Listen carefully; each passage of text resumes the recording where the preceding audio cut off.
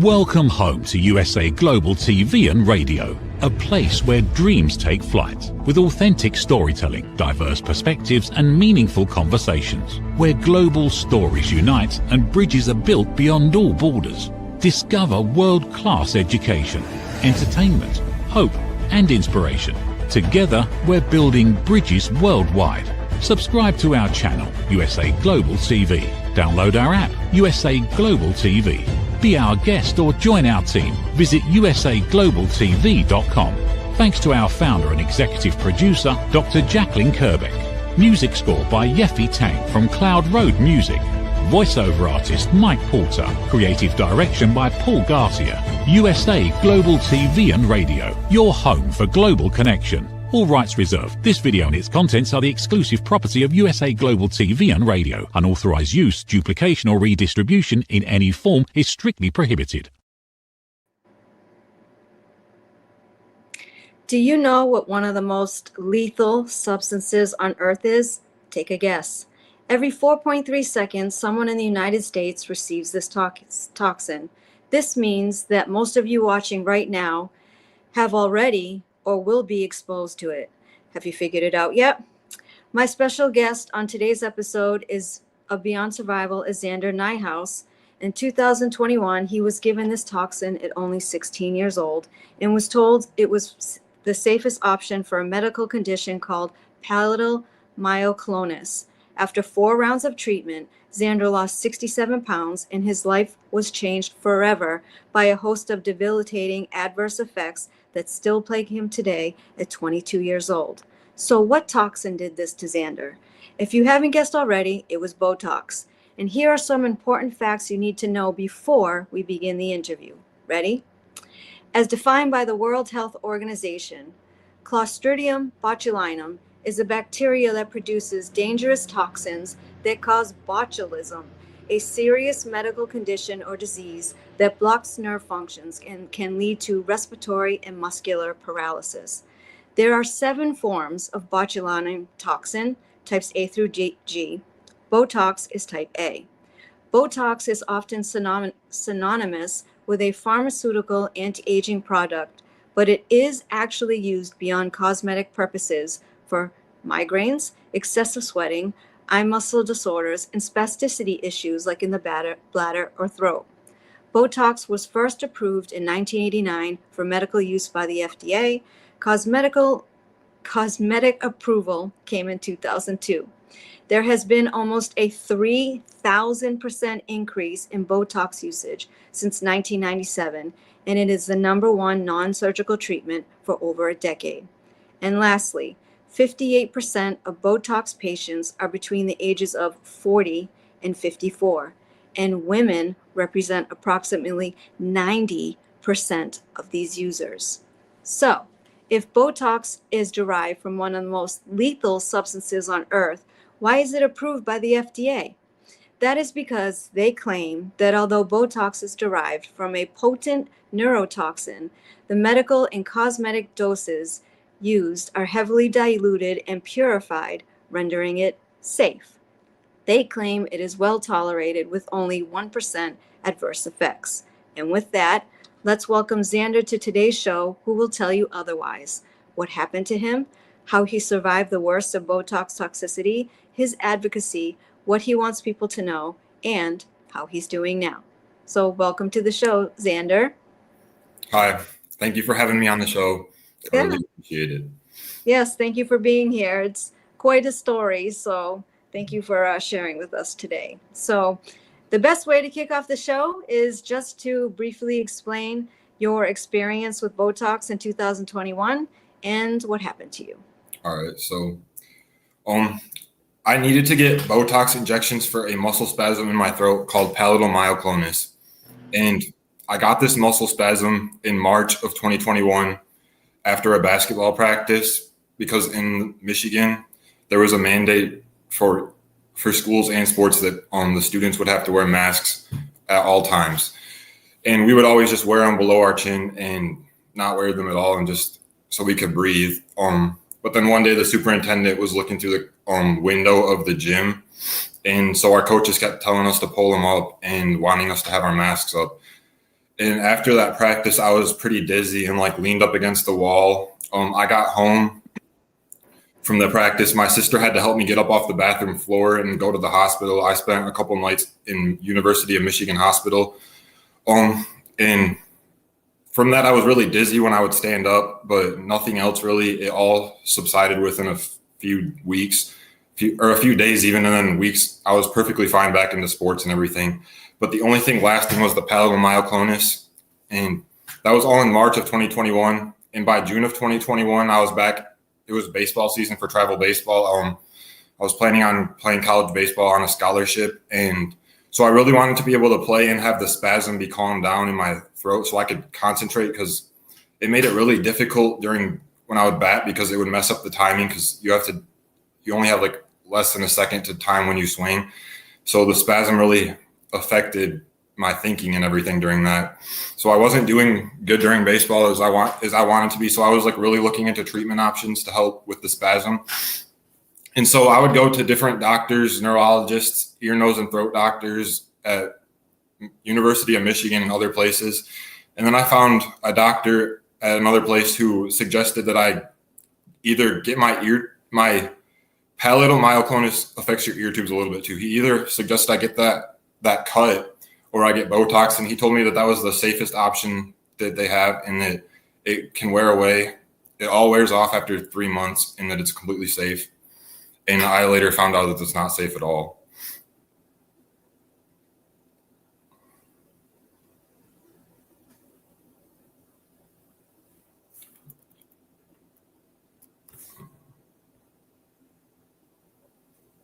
I'm not able to hear you right now.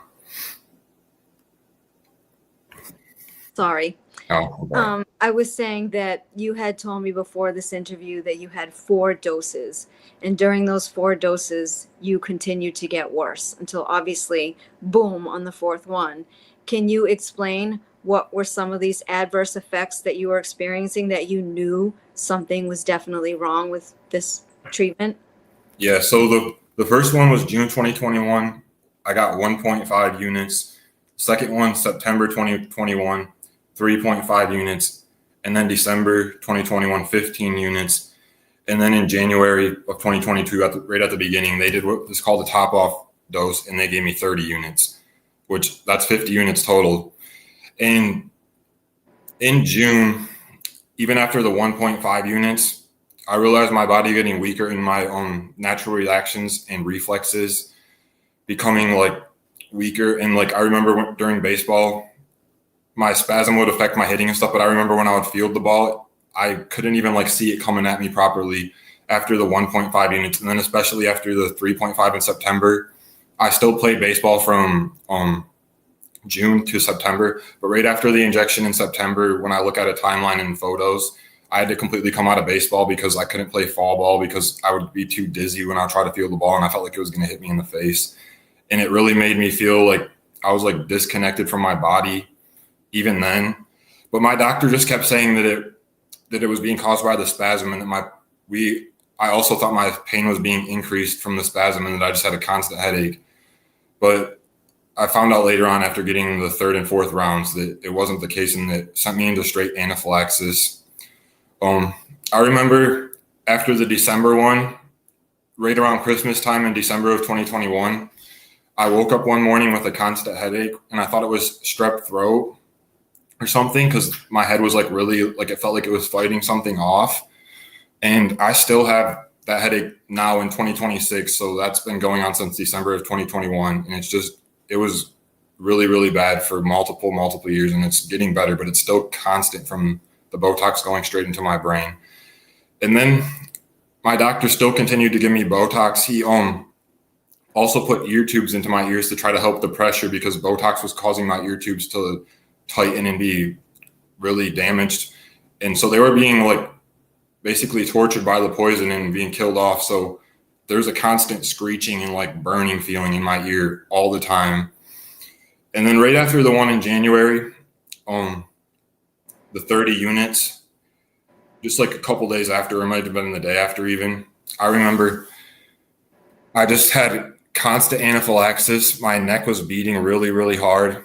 I was just screaming over and over. Like I didn't know what to do at all. My parents had to drive me to the ER, and my arms were just like, I couldn't stop moving my arms because my whole body was just like twitching all the way down to my legs. They just kept giving me different allergy medications and pain medications at the hospital, and nothing helped. And it just went on. I would continuously have to call the ambulance to go to the hospital.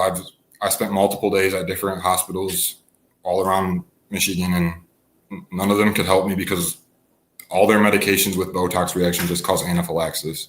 Mm-hmm.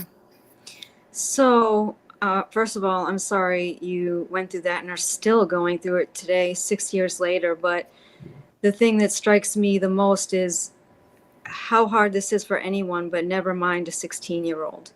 A 16-year-old that has to drop out of high school and is now plagued with all these symptoms and feels terrible. A constant headache, ringing in the ears.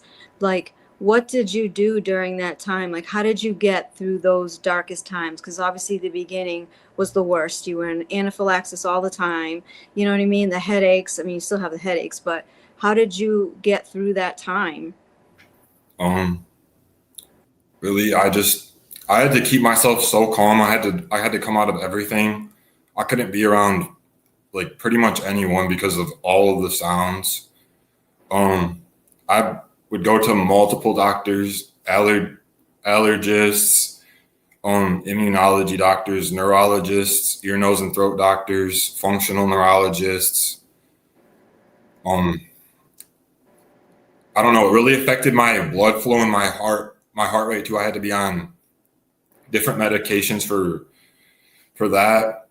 But really the main thing that helped me is Jesus, and getting me through was focusing on him and being calm through the process. And a lot of the medications that helped me over the time were like different allergy medications that help with mast cell reactions, because I had a really, really bad mast cell reactions 24/7. Like my whole throat would bounce. It still does constantly, but I can calm it down at different times with different things. But my head has a heart rate in it. It just feels like it's my heart rate in my head, and it's just constantly beating, and it's a burning hot feeling that never goes away. And so the allergy medications help calm it. Like one of the main ones I take is a compounded medication called ketotifen, and that helps me tolerate foods. Another one is called cromolyn sodium. I take it 4 times a day in water right when I eat, and it helps me tolerate foods too. There's other allergy medications like loratadine and cetirizine. You can't take them together, but I take them differently. And like famotidine, like all the medications that target allergies. When I have a terrible reaction, I'll take Benadryl to help me calm the reaction down and fall asleep. Another thing that's really helped me is medical marijuana. I know a lot of people have a bad taste or like something bad to say about it because it can lead a lot of people into like bad things. But for me, with my medical condition, it's helped me tremendously, and I've used it pretty often. I use it out of a vaporizer though, because if I were to smoke it, it would give me really, really bad allergies and just make me feel even worse than I was before having a headache. But using it calms down inflammation. It completely calms the pain. It makes me feel, it calms my, this eye will twitch out sometimes and it's very misaligned.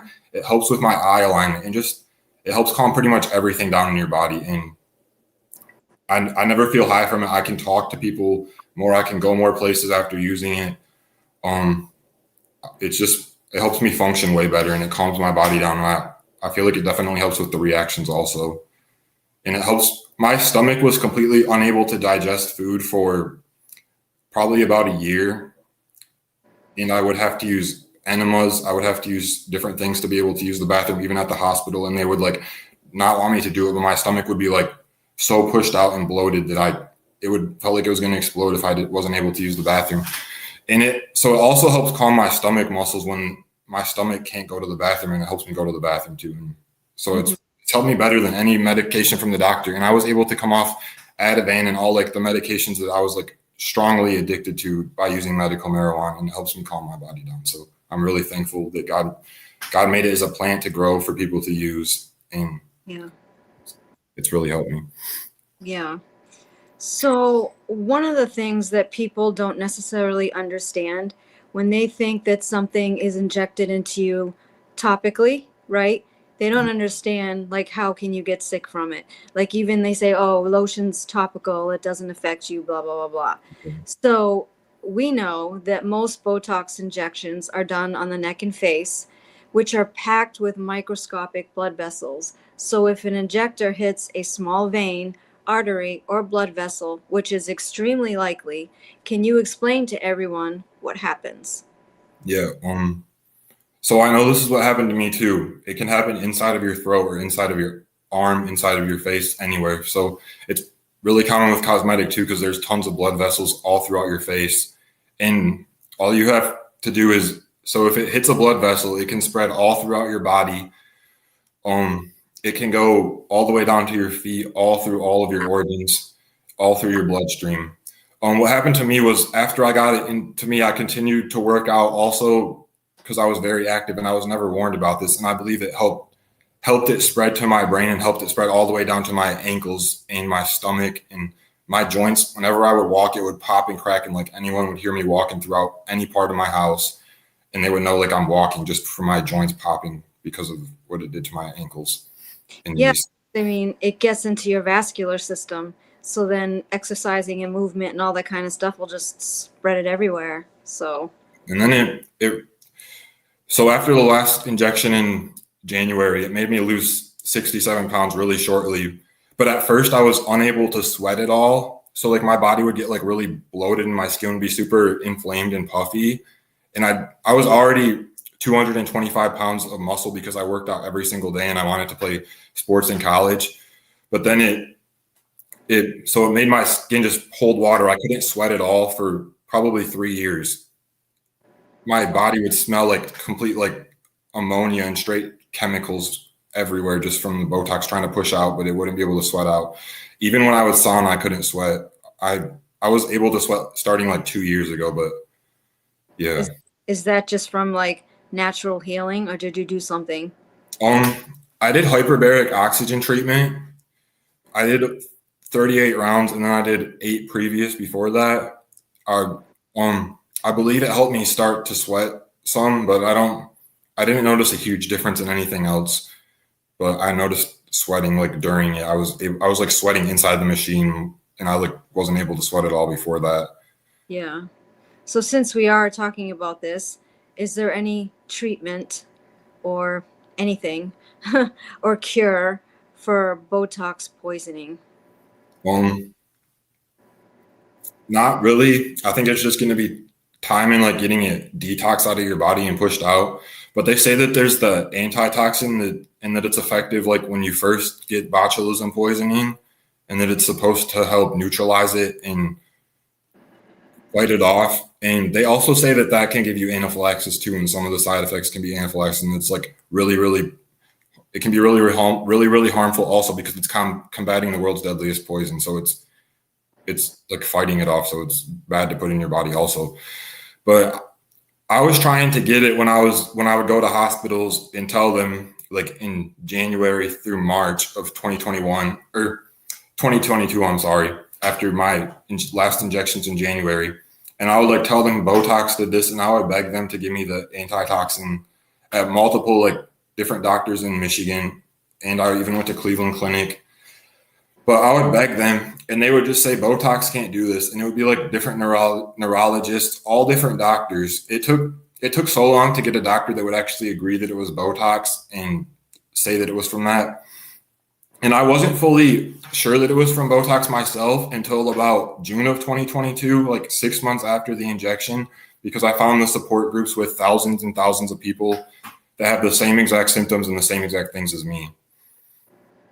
And I don't know what was available when you got sick, but if you just go to the CDC website now, that's what I did. It says this stuff. This is how I got this information, which always blows my mind when a doctor is saying that can't be the case. And you're like, look what the CDC says, or look what the FDA says. Like, how can you be arguing it? And I know my mom called the CDC and FDA and Allergan, the maker of Botox, asking for the antitoxin, and they wouldn't do anything about it either. So there's like no way to really get it unless you find a doctor that wants to give it to you.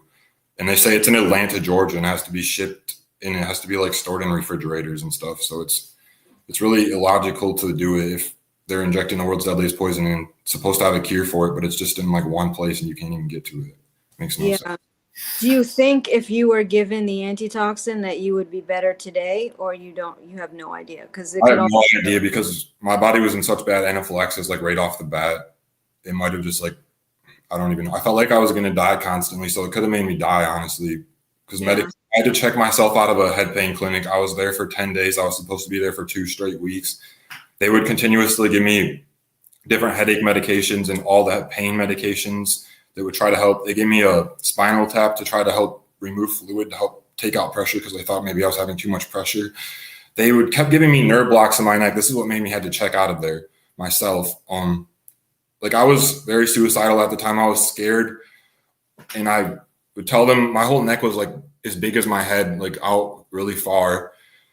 And they kept giving me the nerve blocks a lot of days, and it would make me feel like I was genuinely going to die from the anaphylaxis. And they just kept wanting me to go down, like walk down the hallway, go down to the office and talk to them in the morning and like about my symptoms. And I was telling them like I was genuinely feeling like I was going to die from their medication. And so I checked myself out of there against the doctor's orders and everything. And my parents had to take me home. And like the only way I got myself to calm down was using medical marijuana, and I was able to fall asleep. But when I was in the hospital, I was up for nights straight, unable to sleep, because the heat and the beating is just constant in my eyes. When I close them without using water, it's way better now, but that was how it was from January 2022 to the beginning of 2025, maybe the middle of 2025. And I had a lot of healing in 2025 and 2026, like tremendous healing, but the year before that was really, really bad, and like suicidal daily, and just because of the constant and like burning feeling all throughout my body. And like I would throw up when I would eat because I couldn't eat pretty much anything. I would have to eat vegetables and rice, and my dad would shoot geese, and I later on shot a deer, and he would go fishing too, and just to provide like foods that didn't have histamines build up in them from being stored. So he would have to clean them like right after he got them and put them like straight into the freezer, or just straight away cook them so that I wouldn't throw it up, even on all the medications that were trying to help stop it. But I'm able to eat a lot more now and stuff, but I still try to eat healthy so my body can keep healing. Do you still have mast cell? Yeah, I still have it really bad. And I feel like a lot of like, my body just feels like really, really sore all the time, like in my back and spine. Like I'll just feel pain on my spine when I'm sleeping and waking up. And it's just annoying because I just like grab it and try to rub it, but it's like constantly there. And I feel like it's related to food. And like, I just try to do a lot of breathing exercises, like where you breathe in through your nose and out through your mouth longer. And I do that for like 8 minutes pretty often throughout the day to just try to calm my nervous system as much as I can. But yeah, I think one of the misconceptions about MCAS, mast cell activation syndrome, is that it just causes anaphylactic and allergic reactions, but it also causes extreme body pain, fatigue, brain fog, because of the histamine involved in, it's one of the mediators that cause that. So yeah, mast cell is a beast on top of having Botox poisoning. yeah. When I was, researching for this episode, I saw that there are 9 million Botox procedures completed annually. And the CDC, again, all this is right on the CDC website, claims that adverse reactions are around 1%. What's frustrating to me when I read that and hear your story and other people's stories is that when they put the word rare on something, right? That's what frustrates me. First of all, when you say rare, people tend to not take it seriously because they don't think it's ever going to happen to them. Yeah. Second, rare statistics almost never take into account the volume of people impacted. So they'll say, oh, it's rare at 1%, but how many people are actually getting the procedure? And in this case for Botox, it's 9 million a year, which is 90,000 a year. And think of all the years that people have been getting Botox. I don't think that's a small number. So when you hear someone say that reaction to Botox is rare, what are your thoughts on this? I think it's not rare at all because I think most of the people who have it blame their symptoms on like migraines or just random things, and they don't even know what's going on because a lot of people get Botox for migraines and they think it's going to help the migraines because it's supposed to paralyze the muscle, but if it hits a blood vessel, it's just spreading throughout your entire body and paralyzing your vital organs, which you need to function, and then it's just going to have to push it out over time. So it's paralyzing pretty much your whole body. But I think it affects, like, it's going to leave the world's deadliest poison in your body no matter who you are, even if it doesn't hit a blood vessel. So I think that's poisoning your body. Everyone who gets it is being poisoned, and your body has to push it out, whether it's through your face. Anyway, is unsafe. And I was reading online on the government websites that it said that prior to them having the antitoxin, which I don't see how this is true at all, that people who got botulism from injections, 50% of them would die. And then it said it went down to 10%. And then it said recently, because of the antitoxin, that it went down to 8% and then 5%, which I don't think any of that information is true. I think it's all completely made up because they can't prove any of that. Yeah, I've had, since, putting this out and people know that we're doing this show, so many people have reached out to me about this, and most of them have gotten Botox poisoning from cosmetic Botox, and not one person of all the people messaging me, nobody got any antitoxin. So I don't know about that antitoxin. It seems a little weird reading all that. Yeah. So I was going to ask you, I think this is kind of like what you just said, but if there's anything else you want to add, what do you want people to know about Botox in your advocacy platform? That's danger. Stay away. Yeah, how bad it is for them, and the world's deadliest poison. And all you have to do is look. I wasn't told about it before, so I didn't know, but I was just trusting my doctor. So I'm telling you to look it up, and I just think it's important to realize that it's not worth I would much rather have wrinkles than have Botox injected into me, and I think that should be the same for everyone. And I think it should be illegal because the world's deadliest poison should be never be put into people, and two wrongs don't make a right. So it's not okay. Mm-hmm. So since you are kind of the expert on this now, unfortunately, I'm sorry, what should someone do if they think they've been poisoned by Botox? Like, what's the first step? Do they call their doctor? Like, what happens?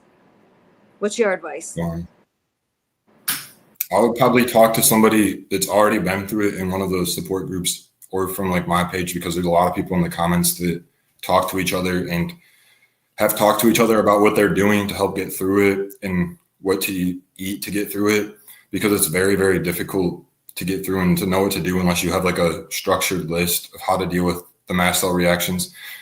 Because at first I was not knowing what foods to eat and what to do, even for like fruits and vegetables. Like I had a list of like a histamine chart that somebody gave me that would have like 1, 2, and 3, like what level of histamine they were and what level of reaction they could cause and why I shouldn't eat them. So that was super helpful to me to help calm the reactions. And then also the medications that helped, like ketotifen is a compounded medication that I can't get through a doctor, or I can't get through insurance. I have to pay like $190 just to get the medication that actually helps me, because all the other ones just cause a bunch of side effects and don't actually help anything that I can get through insurance. And I just think it's crazy that, Yeah, that medication you're talking about, I actually take it too, ketotifen. It must be compounded. That's why we have to pay for it out of pocket, which is infuriating, right? When you've been through something like this, you're like, the medical system should be paying for all my prescriptions because of this, but unfortunately, that's not what happens. We get sick and we're literally like, we're just on our own to try to figure this stuff out and survive and heal. And we're not doctors. And that's why I feel so bad, because like for me, when I got floxed, I was older, but for someone that's 16 years old, they don't know a lot about life in general. Never mind, oh, you're poisoned. Like, it's such a hard thing for somebody your age to go through. The loss of like just your teenage years and all the fun things that people are doing and you can't, and now you're suffering. It's very difficult. So like I'm very sorry that you've gone through this, and I hope people watching this, you know, this is going to help them not go through it. They're not going to be sitting on a show of mine telling a story about their Botox poisoning. So I appreciate that you're here sharing your story, as, you know, difficult as it is. Yeah. Another thing is, I think it's really important that you find a doctor that, after you have all the information like together and like the medical studies and the people, so you're just confident about it, is to go to different doctors and see who actually will listen to you and understand you and like want to help you, and not just go straight based off the medical facts and what they previously known. But if they listen to you and like see that your neck is beating and that your eyes are like twitching and that you've had to completely come out of work or school because of Botox injections, they might think something of that, even if they were taught differently. So I found a family doctor. It was first a family doctor that would help me. And so I was going to like University of Michigan, all these like neurologists, and they wouldn't say it was from Botox, but they would say after Botox injections, he experienced all these symptoms, and they wouldn't like really agree with me, but I would read through the notes and I would just like, it's literally right there, proof. And so my family doctor started to help me. She helped give me the medications that actually help calm my body in the mast cell reaction stum, and she researched it herself. I now have another doctor who he really helps me, and he listens to everything, and he's willing to try like different things that are in medical studies that are supposed to help with Botox poisoning, and he wants to help.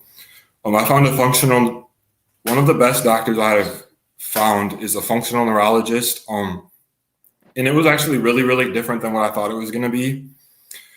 I went there thinking he was going to like have me try new medications and like just do like a bunch of different like therapies and like medical treatments. But when I went there, it was more function. So functional neurology is more functional, like your body functions. And he was doing different things, like with this thing called the tilt table.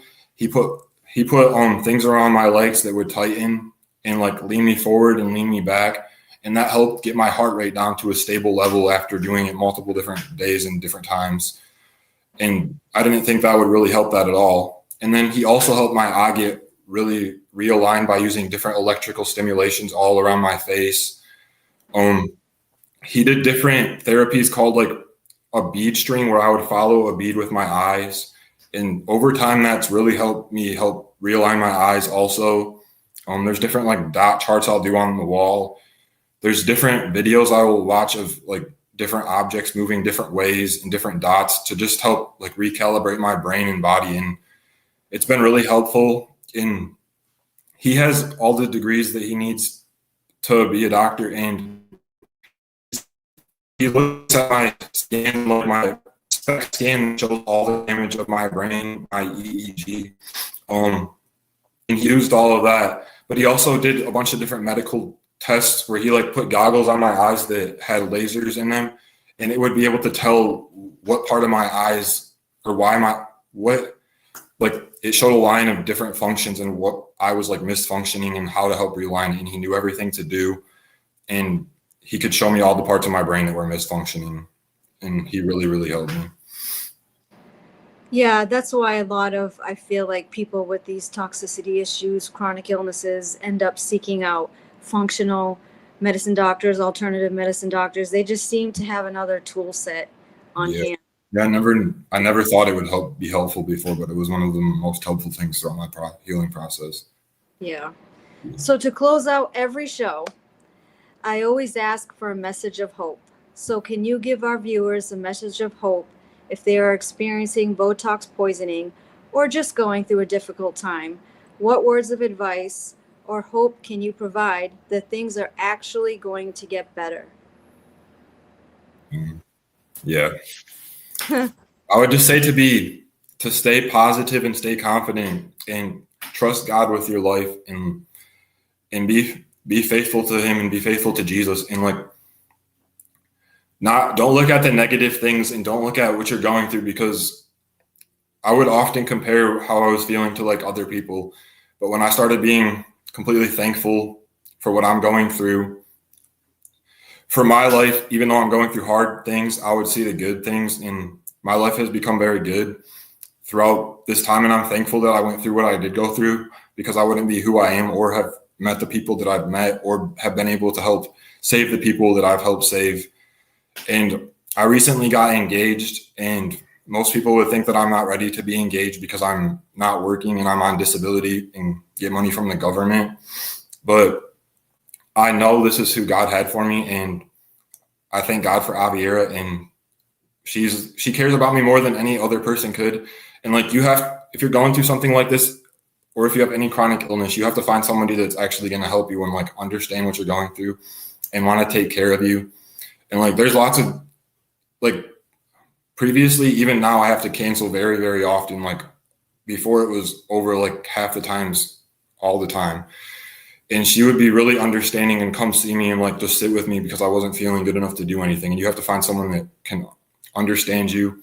And even if it's like just like a family member or someone who's that's going to understand you, you need to find someone that wants to talk to you about what you're going through and not just keep it hidden. Because if you just keep it hidden, you're constantly going to deal with it and you're going to feel more emotions from it. But if you like deal with it and put it out there, people know what you're going through and you're confident. And you just got to be confident in being healed, and you got to know that your body can be fully healed at all times. Like I trust that my body's going to be fully healed. I trust that it already is fully healed, but I'm still going through it. And one other thing that I've learned through this time is there's a lot of people at churches and different religious groups that act like if you're trusting in God and you have faith, you should be instantly healed, or else your faith is illegitimate or like fake. But I've trusted God so much more through these past 5 years and have become so close to him that if I didn't go through what I did, I wouldn't become who I've become or have my relationship with God, because I would still be living fully for myself and not caring about other people and not loving other people.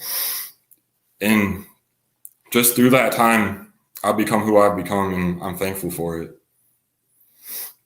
Thank you, Xander, for being here today, and congratulations on your engagement. It's very recent. I saw that not that long ago.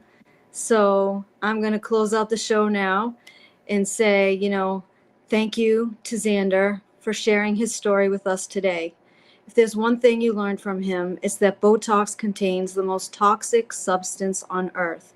One thing that's important for you to know is that people commonly use Botox as a name for all botulinum toxin products and procedures. However, there are other FDA-approved cosmetic botulinum toxin products that you should be aware of, like Daxify and many others. You can just Google the names.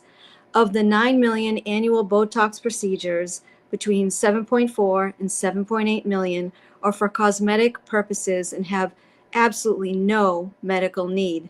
Additionally, it is alarming that 1 in 10% of Botox users are under the age of 30, seeking preventative treatments. Now, the younger generations are putting this toxin into their body, and its usage is growing at a rapid rate. There are many substances that we are given that, although toxic in nature, are deemed safe by the FDA and medical community because they claim they are given at therapeutic dosages, such as gadolinium in contrast for MRIs and barium for upper and lower GIs. However, if you tell me that something is the most toxic substance on earth, then no dose is safe, in my opinion, no matter how much you dilute or purify it, especially considering the fact that it is not used for any life-saving treatments or procedures. To me, it is simply not worth the risk at any dosage. This episode is dedicated to all the people that sent me messages over the last year asking me to cover Botox toxicity. I want you to know I hear you, I see you, and your stories need to be heard to prevent other people from getting sick. Thank you, Xander. I will see you all next month. USA Global TV and Radio proudly presents Tracy Cram-Perkins, a dementia caregiving survivor teaching how to balance care with peace of mind. #1 resource for dementia caregivers. It's the book Dementia Home Care: How to Prepare Before, During, and After. Over 17,000 copies sold of this must-have guide. And now a testimonial from Tracy Smith.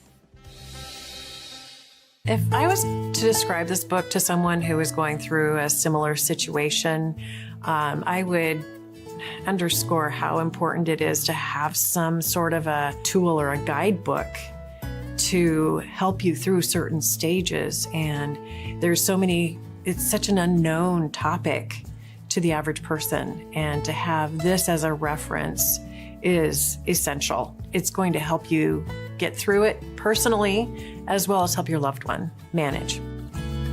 To learn more, go to TracyCramPerkins.com. Tracy Cram-Perkins is an award-winning author.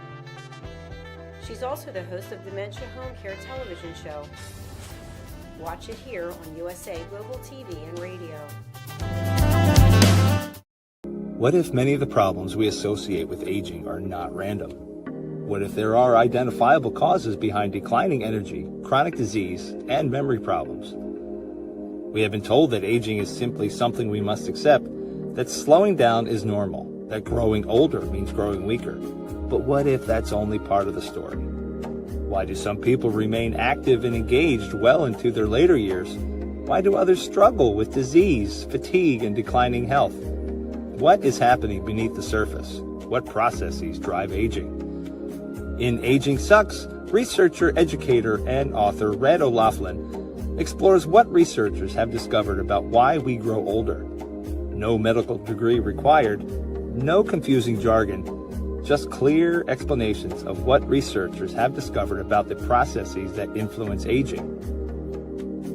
You cannot stop aging, but understanding its causes may help you make better decisions about your health, your future, and your quality of life. Because understanding comes before action. Action creates hope. Aging sucks. End the guesswork. There is hope. Thank you, viewers and listeners of USA Global TV and Radio, for joining us today. We're honoured to have your time and attention as part of our global community.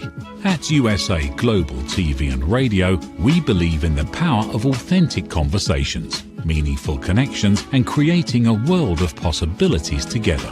Want to be part of something bigger? Join our team of elevated listeners at usaglobaltv.com, a space where your voice matters and your ability to listen transforms relationships. Stay connected with us across all our platforms for thought-provoking discussions, expert insights, and empowering stories. Subscribe to our channels at youtube.com/c/USA Global TV. Follow us on social media and explore the endless opportunities we're creating for growth, learning, and inspiration. Together, we're not just broadcasting, we're building bridges and changing lives one conversation at a time. For inquiries, contact us at info@usaglobaltv.com. Produced by Executive Producer and Director Dr. Jacqueline Kerbeck. Voiceover by Mike Porter. Creative direction by Paul Garcia. All rights reserved. Visit usaglobaltv.com to view our full terms and conditions.